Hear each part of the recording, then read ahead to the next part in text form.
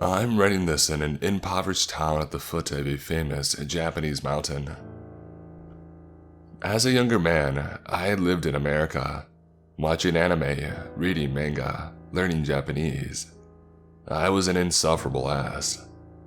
Perhaps it was cultural appropriation. I prefer the term Japanophile, as it seems to show a profound love of the country and culture while also maintaining some semblance of its stranger, quirky connotations. It's weird, sure. Leave me alone. I just really love Japanese culture and I don't feel the compulsion to defend it any more than that.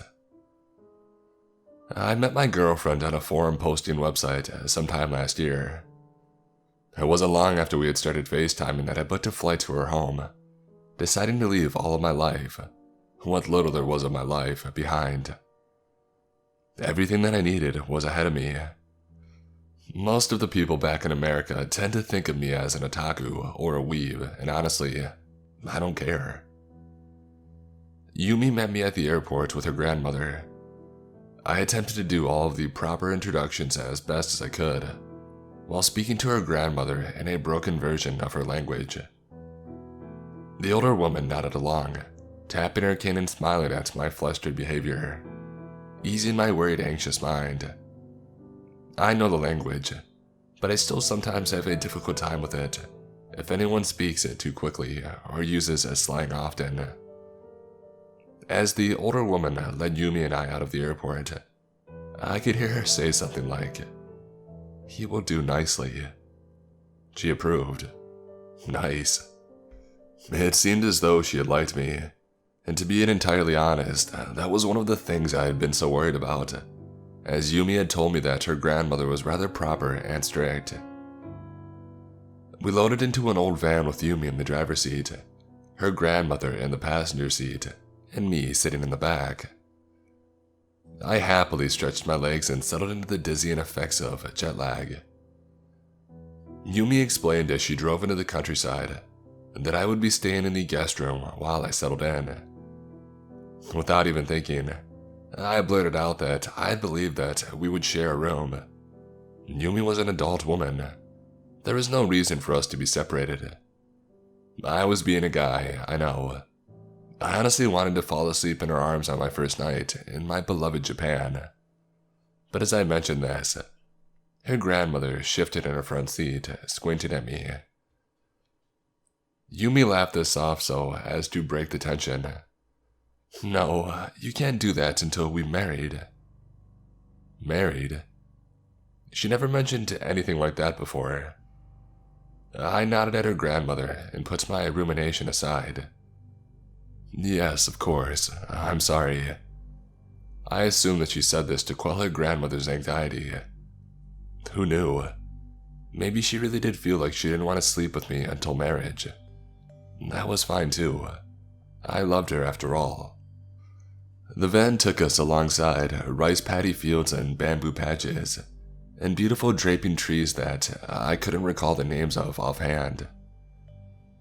Yumi had previously told me that she lived with her grandmother in a secluded farming community, and so this didn't bother me initially.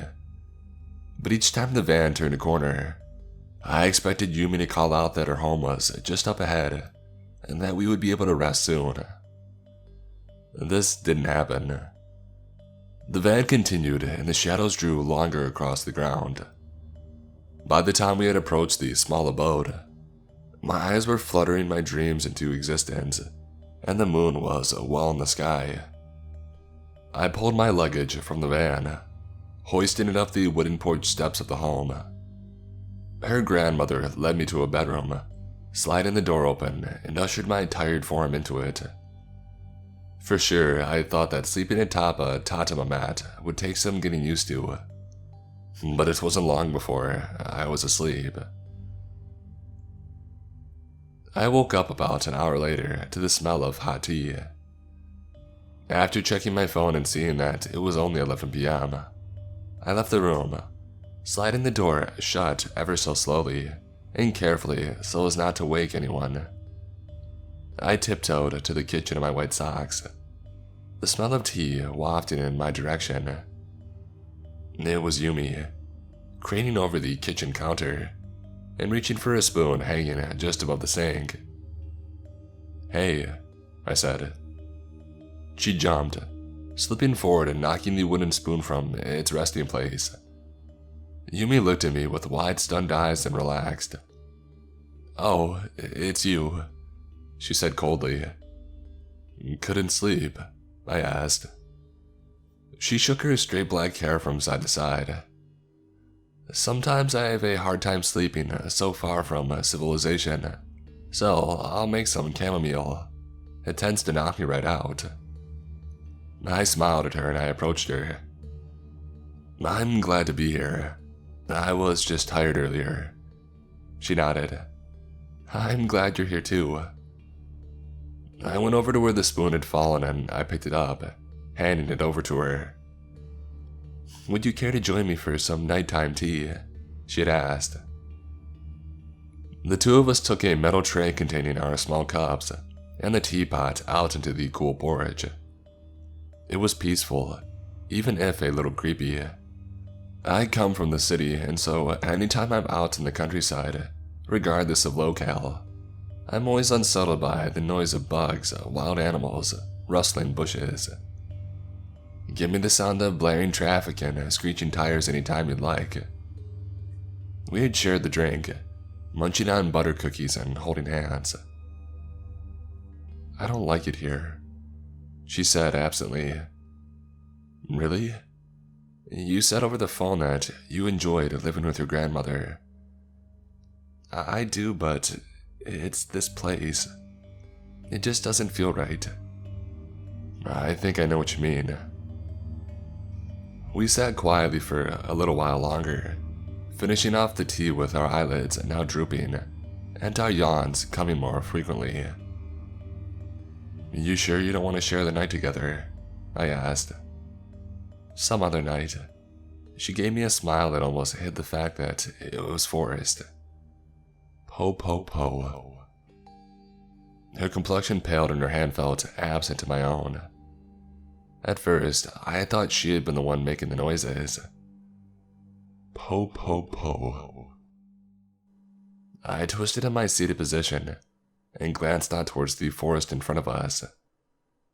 There, just before the trees, was a tall line of overgrown bamboo that went out in either direction, only splitting for the driveway.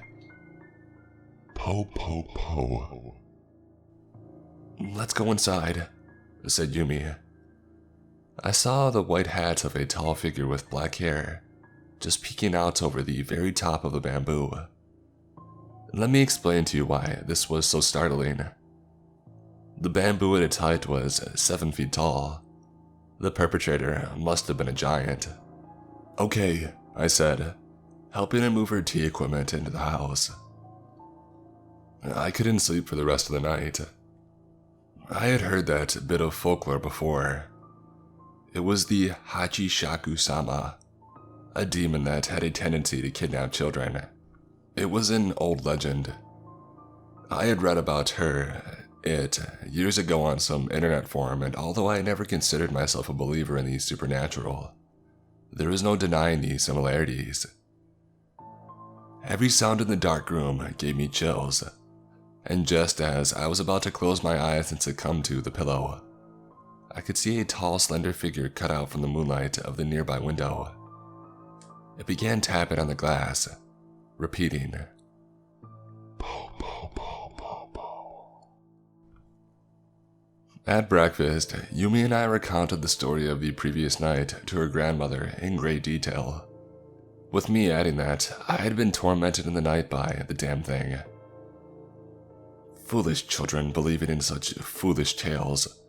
No wonder you're not ready to marry," said her grandmother, while looking up from her tamago gohan. The old woman rapped her chopsticks against the bowl. "Calm your nerves if you ever hope to be a good father." I sheepishly ate my food and decided to go for a walk on my own. This trip was not going the way it was supposed to. I walked down the dirt driveway, kicking rocks with my hands in my pockets. I heard quick footsteps coming after me from the direction of the house, and I spun quickly, sure that the tall, pale woman thing was coming after me. It was Yumi, and I felt my shoulders relax. "I'm sorry about that," she said, matching my pace. "Oh, it's alright." I sighed a long sigh, and put my hand out for her to hold as we walked. She crooked her arm into mine and rested her head on the end of my shoulder. Hachishakusama. I let the name fall into the open air in front of me. "Don't." I felt her tense beside me, and I could feel her nails actually press into my bicep. "Don't say that name." "So the demon is real? You believe that?" She shook her head. "Only kids believe in ghosts, right?" "Right." That night, I woke up to the same strange tapping on the windows. I looked directly at the window. I could actually see the details of her. Long black hair that hung all the way down to her knees, her white hat, her smiling black eyes, her distinct, mannish voice. "Bo, bo, bo." That's when I noticed that there was something under the blanket with me. As I pushed the covers away in a hurry, I grimaced. My body and the tatami mat were covered in black dirt or ash. I scrambled for the bed, slipping through the door as quickly as my body would allow. Once in the hallway, I steeled my nerves and tried controlling my breathing. And then I heard it. At first, I thought it was the demon, but it wasn't. The sound was coming from the grandmother's room. Chanting? I moved down the hallway in my boxers, approaching the bedroom door. I could smell incense, and something else. Sulfur. I could hear the old woman's voice through the door. "Life for life, soul for soul. Take what you need. Leave us be." My breathing picked up, and it felt like a gerbil was running on a treadmill in my guts. I half expected to have a small varmint protrude from my mouth. I slid the door gently in its frame, peeking in through a crack. The old woman sat in the center of her room. There is a black ashy substance covering her forearms and hands. She held an incense lantern in her hands above her head. Sitting across from her was Yumi, on her knees and praying. "This is freaking crazy." The sentence came out before I could even comprehend what I had done. Yumi's head shot to meet my eyes. The eyeballs in her skull were pitch black.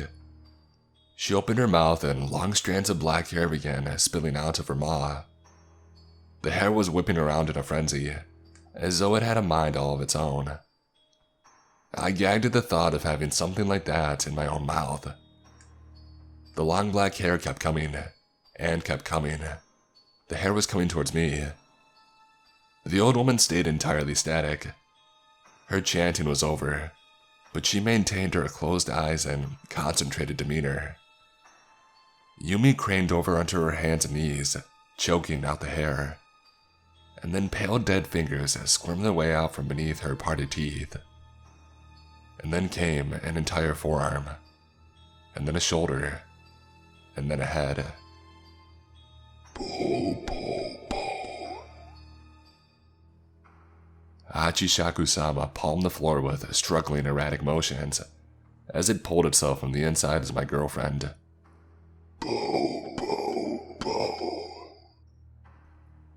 I slammed the door shut and I ran for my life.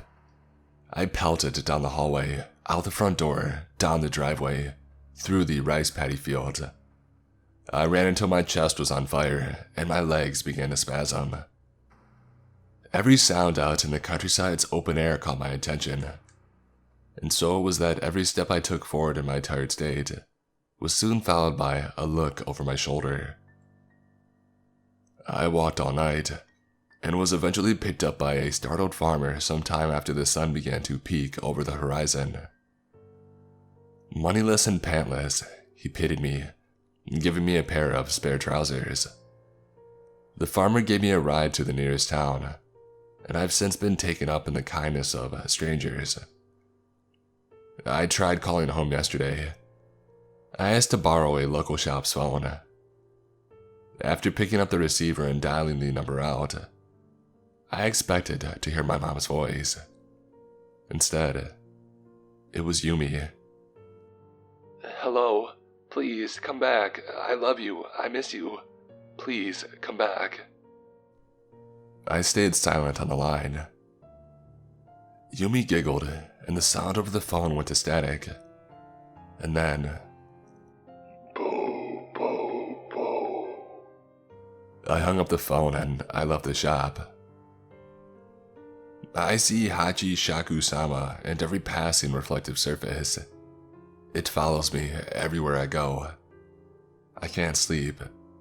When I eat, it violently comes back as viscous, sludgy black vomit. Every time I catch my reflection, she's standing closer to me, her lips parted and coming from my mouth. No one else sees it. Even as I sit in this rundown internet cafe, I can see her in the shine of the computer monitor.